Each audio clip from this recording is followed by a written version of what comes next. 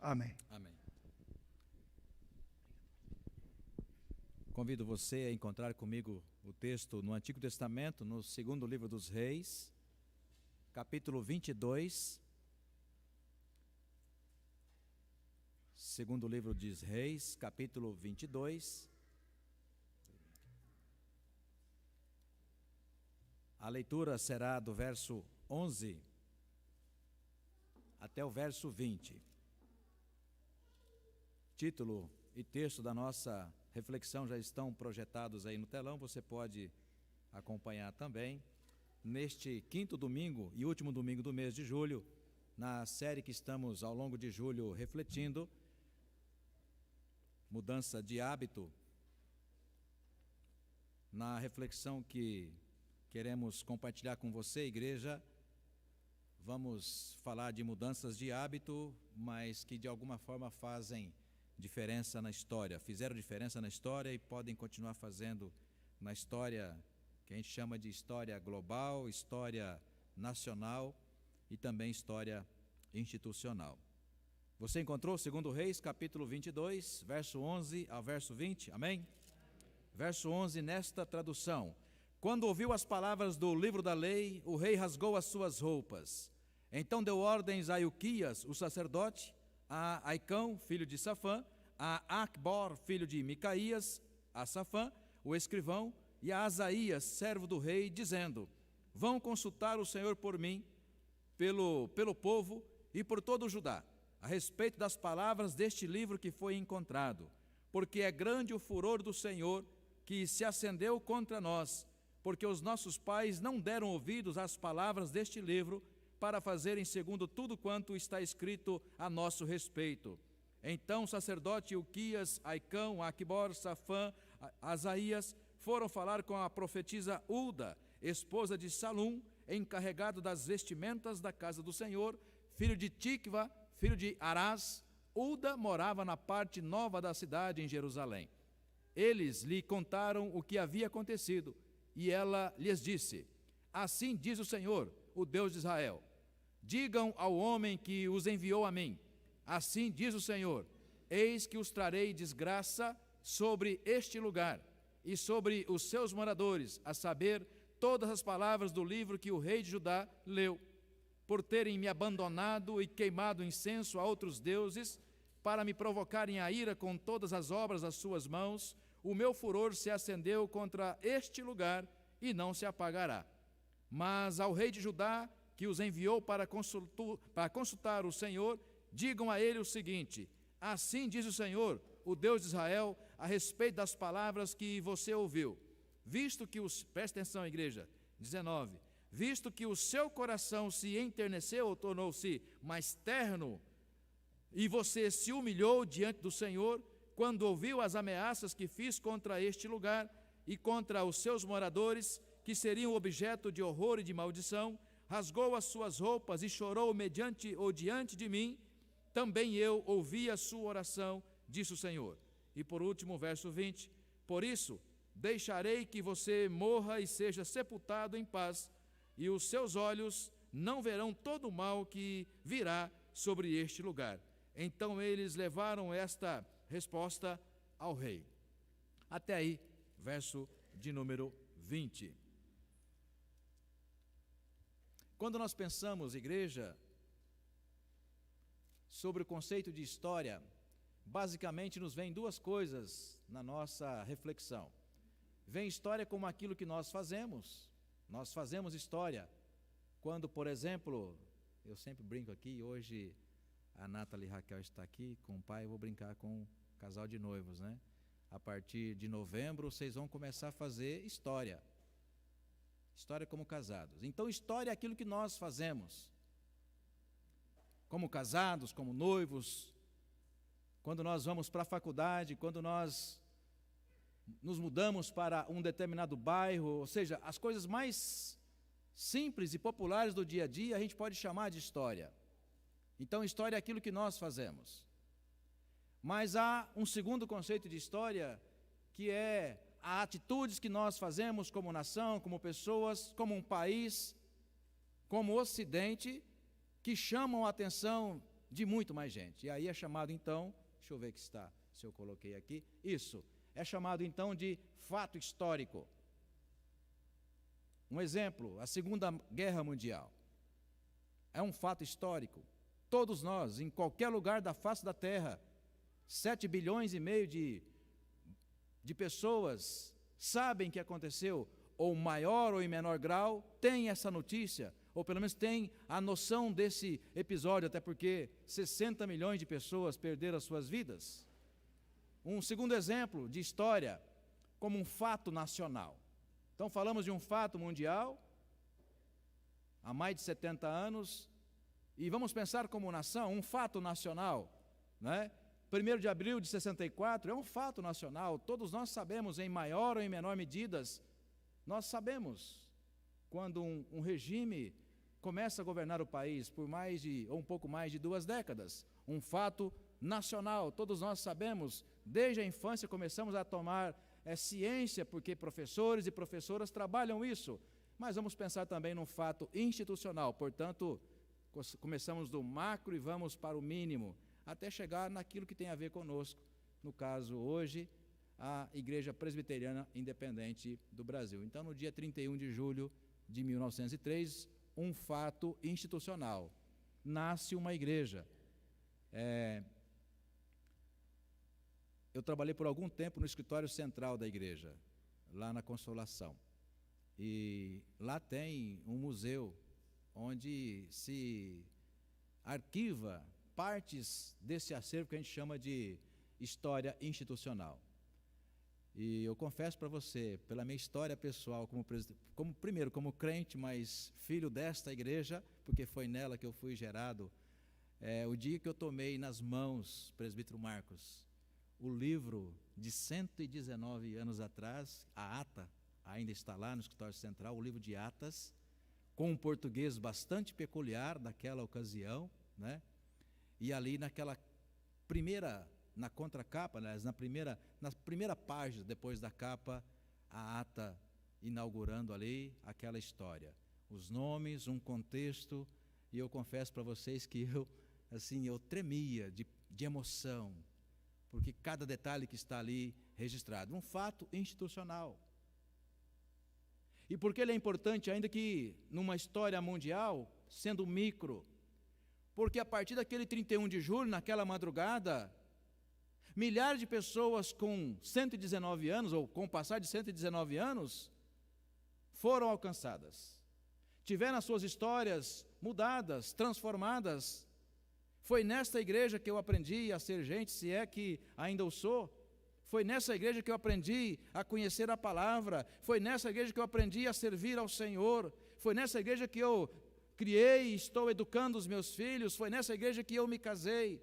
É nessa igreja que eu sou abençoado como pastor. É nessa igreja que eu sou abençoado com a história de vida de cada um de vocês. Então, um fato, ainda que micro, na história mundial, um fato institucional, que faz grandes acontecimentos em famílias, em pessoas, histórias de recuperação, histórias de transformação, histórias de mudanças. Exemplos ainda, deixa eu ver se passa aqui. Passa aí, Jefferson, por favor. Ou travou?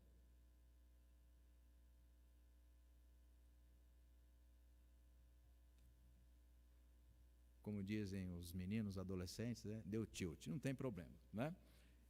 Vamos voltar os nossos olhos para esse texto, eu não quero me demorar, eu quero destacar para vocês 2 momentos que falaram ao meu coração e com vocês quero compartilhar. Primeiro momento, a Bíblia é palavra de Deus quando nos provoca mudança de hábito. Aqui. Então, 7 pastores, 15 presbíteros, como nós já dissemos, pode passar.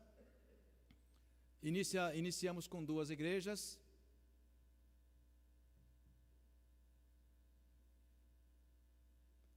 E 3 elementos que nos chamam a atenção nessa história de 119 anos. Volte lá. Então, primeiro, os pastores que nos iniciaram aquela caminhada, que a história chegou até aqui, a caminhada chegou até aqui, tiveram como elementos fundamentais esses 3 que estão listados aqui. Nós não concordamos com a escravidão humana. nós não vendemos nossa vocação profética por dólares e não concordamos com uma sociedade secreta, naquela ocasião, a maçonaria. Então, a partir desses 3 pilares, constrói-se um ideal. Construiu-se uma história de mudança. E, a partir daquele 31 de julho, muitas outras histórias foram escritas e que, ao longo do tempo, entendemos como mudanças importantes na sociedade brasileira. Por exemplo, o lugar da mulher na IPI do Brasil.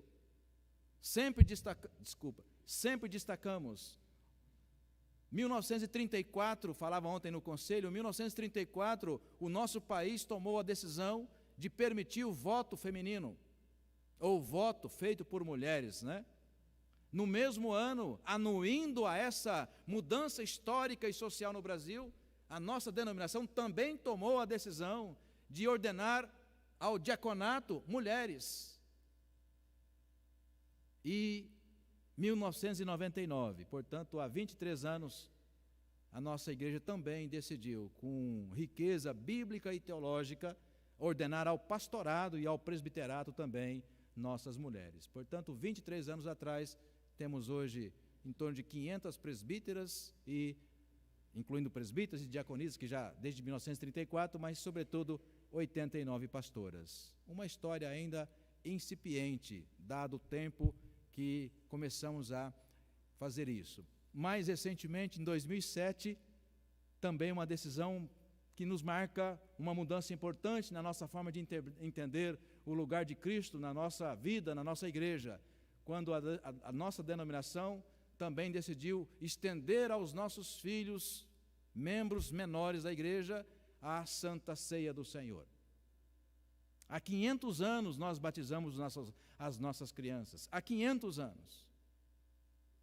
Uma história de acolhimento familiar e espiritual no seio da igreja. E mais recentemente, ou pelo menos desde 2007 até hoje, incluindo as nossas crianças, os nossos filhos batizados à mesa do Senhor. Portanto, irmãos e irmãs, mudança de hábito que com o tempo nós vamos construindo umas histórias de acolhimento. Aí está, sei que está bastante difícil para você ler por causa do tamanho da letra, mas na última parte embaixo lá é a catalogação da obra, fazendo referência que é uma obra que esse exemplar pertence ao Senado Federal. Então você tem ali, né, o lugar, ali o lote em que está, mas o principal em cima, o título, né? A religião cristã em suas relações com a escravidão. Eu apenas fiz aqui o destaque de uma... Opa, pode passar da primeira página. Se você reparar na primeira página ali, pode passar, ou se não der, depois a gente manda lá no grupo da igreja. Numa única página, ele começando... Aí, essa... Você consegue ler aí, Vera, né? Mas apenas para mostrar que o documento existe. Logo nas primeiras linhas escritas, ele dizendo que não, Eduardo Carlos Pereira, não faz bem à nossa razão, muito menos ao coração, e a escritura, a agressão, a gente escravizar um semelhante, um ser humano. Irmãos e irmãs, é uma obra que nos faz tremer, que nos enche os olhos de alegria de saber que esse evangelho puro, no passado, inaugurou a história que nós hoje chamamos de Igreja Presbiteriana Independente do Brasil. Pode passar. Então, para dizer que, na verdade, essas mudanças de hábitos fazem mudança ao longo da história e que nos honram, nos alegram de saber que fomos construídos no seio de uma igreja como essa. Ao longo, ou pelo menos comparando a outras denominações, uma fração. Mas nesta fração é que Deus tem te chamado, ou chamou a tantos, para escrever a sua história, nos acolhendo como filhos e como filhas. Voltando os nossos olhos para o texto, porque eu não quero me demorar. No capítulo 22 de Reis, no segundo livro dos Reis, no capítulo 22, eu quero chamar a atenção de um texto ou de um versículo que você ainda não leu. Você está comigo aí, segundo Reis 22? Verso 3: no 18º ano do seu reinado, portanto Josias, mandou o escrivão Safã, filho de Azalias, filho de Mesulão, aonde? Ao templo, à casa do Senhor. Verso 4: vá, pede ao sumo sacerdote, que hoje seria um pastor, um bispo, para algumas denominações, um apóstolo, vai até lá e pega o dinheiro suficiente para que vocês possam pagar a obra que está sendo realizada no templo. Verso 6, acompanhem comigo no verso 6. Que obra era essa, Guilherme, que você está fazendo com a Nathalie no seu apartamento? Os carpinteiros, os construtores e os pedreiros. Então, irmãos e irmãs, trabalhando uma reforma nas paredes da igreja, no telhado, no piso, vamos imaginar, hoje seria na parte hidráulica, na parte elétrica, ouçam, prestem atenção, enquanto estavam quebrando parede, mexendo no templo físico, eu imagino, em meio aos escombros, acontece o que está aí no verso 8, que eu chamo a sua atenção. Então o sumo sacerdote Ilquias disse ao escrivão Safã, olha a expressão aí, achei o livro na casa do Senhor. E Ilquias, sacerdote, entregou o livro a outro sacerdote, e esse começou a ler. Ora, pois, no português a expressão achei, né, Alessandra, está me ouvindo? Quando você fala achei, você sabe o que eu estou dizendo? Achei significa o quê? Estava perdido. Estava perdido.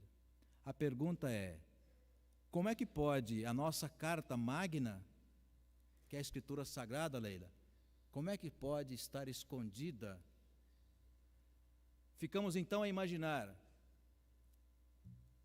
qual era o conteúdo que se pregava no templo, o que se ensinava no templo. Comparando ao tempo histórico, o tempo que nós estamos vivendo, contemporâneo, a sensação que temos é que às vezes algumas igrejas, quem sabe até mesmo nós, nos encontramos na mesma condição. E no caso eu até, o Everton, que é aluno do nosso seminário, foi lá, inclusive, que eu conheci 3 anos atrás, porque foi antes da pandemia. Quando a gente insiste que o pastor, o futuro pastor e a futura pastora precisa conhecer como um mestre a Escritura Sagrada, eles acham que a gente está exigindo demais. Então falamos entre nós mesmos, que às vezes corremos o risco de ter que responder essa questão, onde é que está, pastor, a Escritura Sagrada na sua igreja? Qual o lugar que ela ocupa na sua igreja? E perceba que não é de hoje, porque, na verdade, naquele templo, fazia-se as cerimônias religiosas sem a Escritura Sagrada.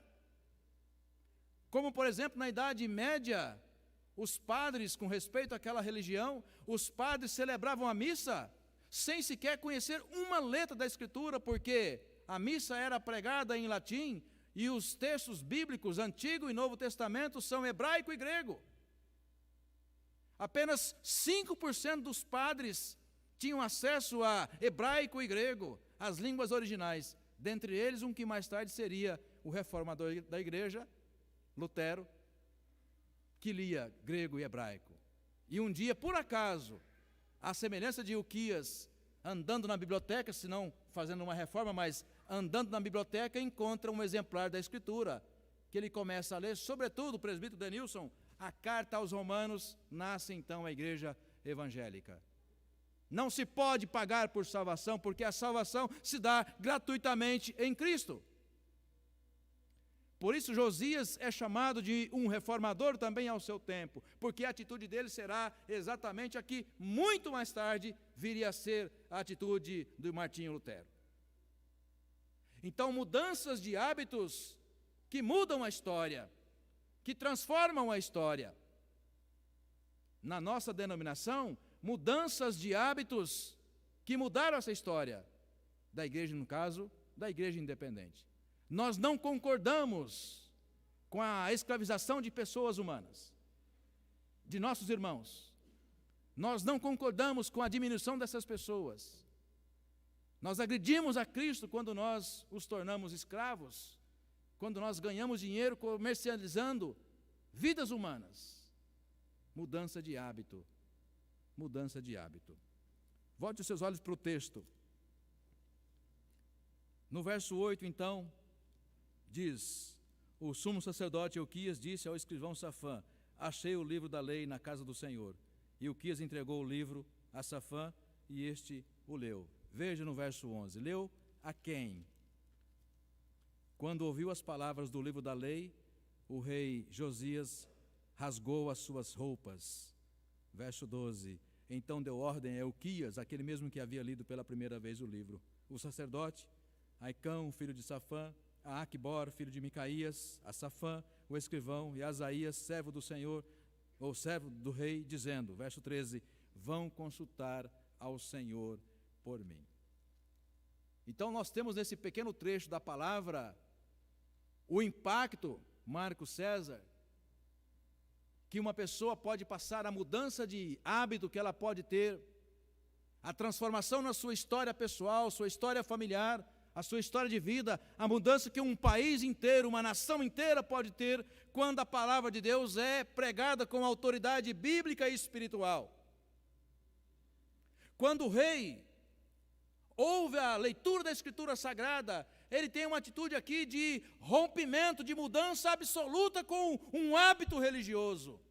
Eu fico imaginando, não é possível, talvez diria aquele homem, não é possível que nós estamos fazendo todos esses absurdos na casa do Senhor. E parece que estamos vivendo exatamente esse tempo.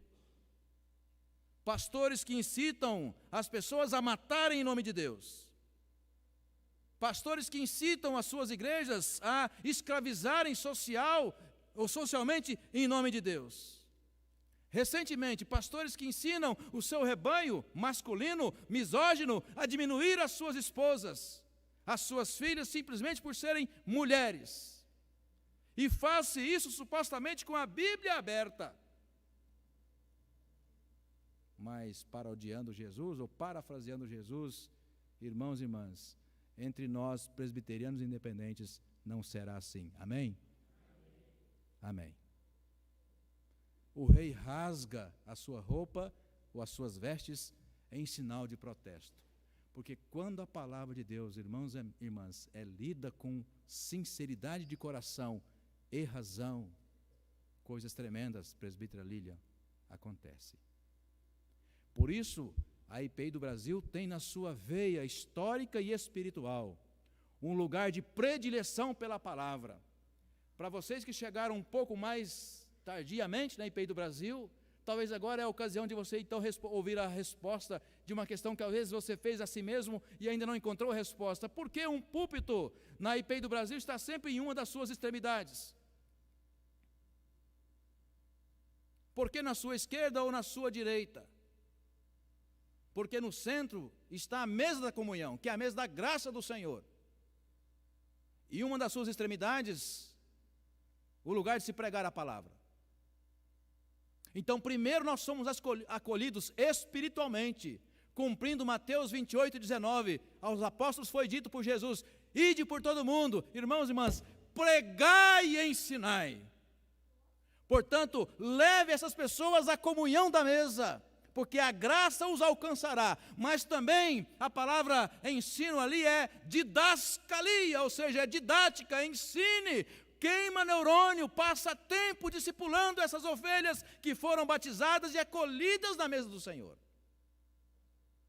E o tempo que nós estamos vivendo, 500 anos depois da reforma protestante, pastores que preferem tirar tudo daqui, não daqui e muito menos daqui. Para descontrair um pouco, certa vez, numa reunião de presbitério da nossa igreja, presbítero Marcos, num exame de candidatos, fica atento, viu? O candidato que estava sendo sabatinado, reverendo Alessandra, em algum momento fez uma resposta que um dos pastores não gostou. E então ele começa a contradizer aquele que estava sendo sabatinado, e a discussão era sobre como é que Deus fez o ser humano. E então a resposta foi: Deus fez o ser humano do seu próprio poder, porque a sua palavra é poder. Disse Deus: haja luz, e houve luz. Então, quando Deus decidiu criar o ser humano, Deus o fez pelo poder da sua palavra. Quando Deus visita a Maria, a partir ou por meio de um anjo, Miguel, vai e diz a Maria, né, a partir de você nascerá, ou em você nascerá, do seu ventre nascerá, né, um bebê, e você lhe porás o nome de Emanuel, e assim se cumpre. Então é pelo poder da palavra de Deus que Deus faz todas as coisas. Então a performance daquele candidato ao pastorado era uma performance um pouco mais sutil, contemporânea. Então levanta um pastor idoso e diz a ele: mas você não acredita que Deus fez o ser humano do pó da terra, que pegou ali um pouco de barro, fez um boneco, soprou nas suas narinas e dele fez um ser humano? E então a resposta foi: eu acredito que Deus criou o ser humano, mas não necessariamente precisa ser dessa forma. Aí então o pastor: então eu proponho que esse candidato seja reprovado. Aí levanta um outro pastor e diz assim para o colega, já ordenado há muito tempo: mas você acredita mesmo que Deus fez o ser humano desse jeito? Um barro e soprando?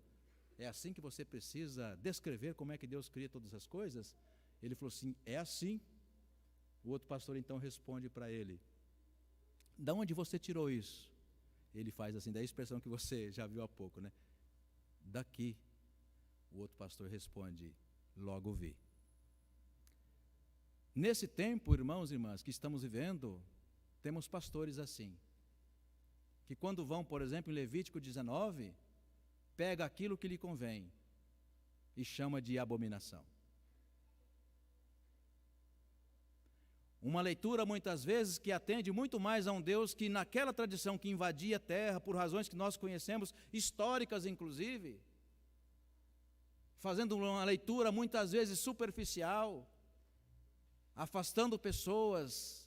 Estamos estudando Marcos, o Evangelho de Marcos aqui, com a permissão do conselho, até porque seria esquisito dizer que o conselho não permite estudar Marcos, né? E a gente está percebendo, redescobrindo um Jesus muitas vezes escondido pela religião.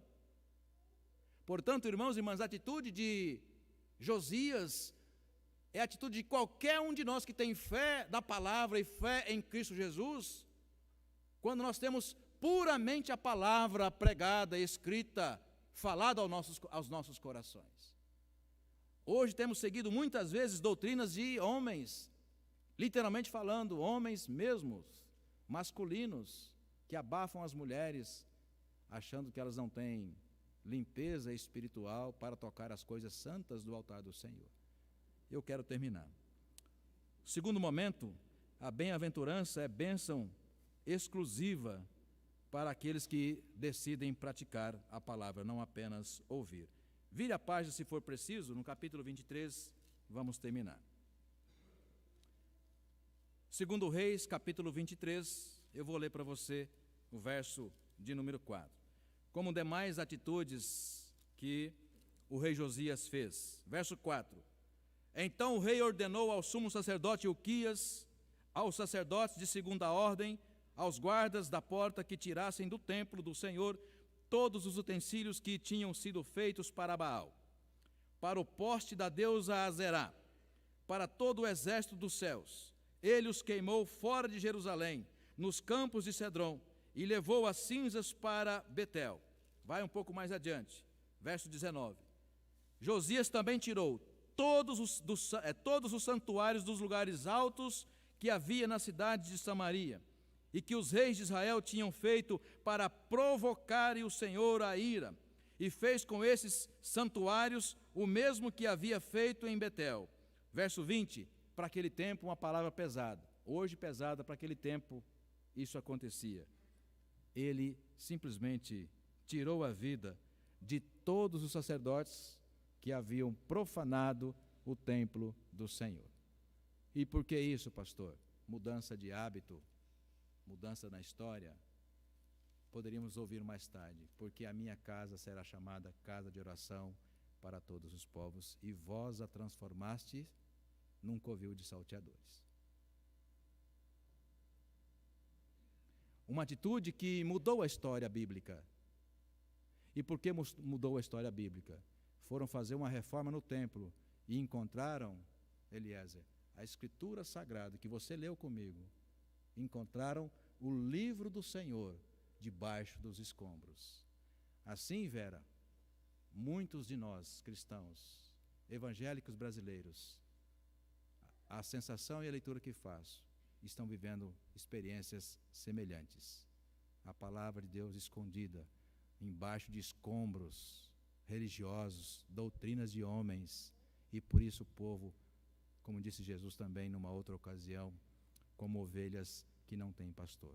Eu vou terminar dizendo, na Igreja Presbiteriana Independente do Brasil, não há nenhum pastor, desculpa a expressão, tá?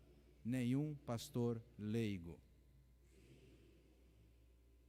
Desde 1905, portanto, 2 anos depois que a nossa igreja foi organizada, em 1903, ela foi organizada. Em 1905, portanto, 2 anos depois, a IPI do Brasil fundou o seu primeiro seminário, que dura até hoje, na Rua Genebra 180, lugar que eu tenho a honra de contar com um dos seus professores. Há 117 anos, a IPI do Brasil forma os seus próprios pastores, exigindo deles fidelidade no coração a Deus, mas também neurônios queimados, dedicados à Escritura Sagrada, para que preguem sempre e apenas a palavra de Deus.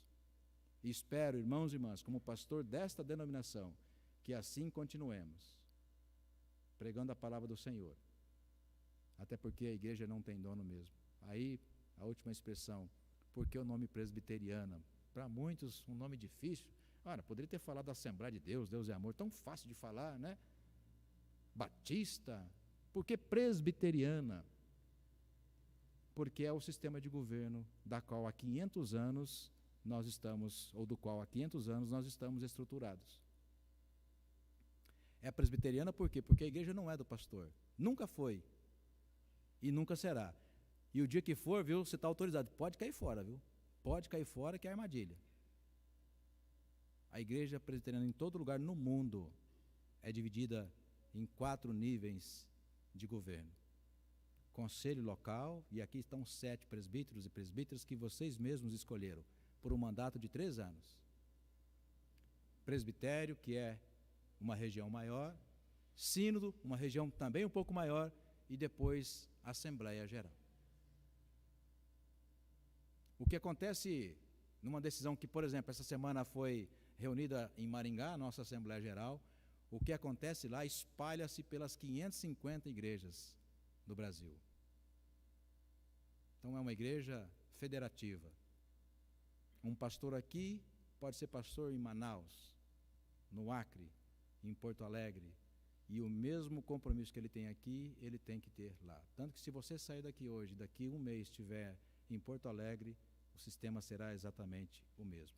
Nós vamos morrer e a Igreja Presbiteriana Independente, permitindo Deus, vai continuar. Por quê? Porque ela é do Senhor Jesus. Amém?